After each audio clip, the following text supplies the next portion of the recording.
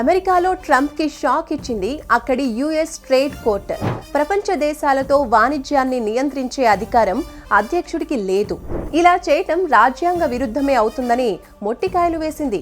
దాంతో ట్రంప్ సర్కార్ ప్రపంచ దేశాలపై విధించిన ఎమర్జెన్సీ పవర్ టారిఫ్లు నిలిపివేసి కొత్త టారిఫ్లు విధిస్తారా అనేది చూడాలి. కోర్టు తీర్పుతో స్టాక్ మార్కెట్లో కదలికలు మొదలయ్యాయి. గోల్డ్ ధరలు కొంచెం తగ్గాయి. అయితే ఆలస్యం చేయకుండా తాకట్టులో ఉన్న బంగారాన్ని వెంటనే విడిపించుకుని అమ్మేసుకోండి. అప్పులు అవసరాలు ఉంటే తీర్చేసుకోండి. దానికి మీరు చేయాల్సిందల్లా శర్మ గోల్డ్ కంపెనీ వారికి కాల్ చేయటమే. మీరు ఇలా కాల్ చేస్తారో లేదో అలా మీ ఇంటికి వస్తారు.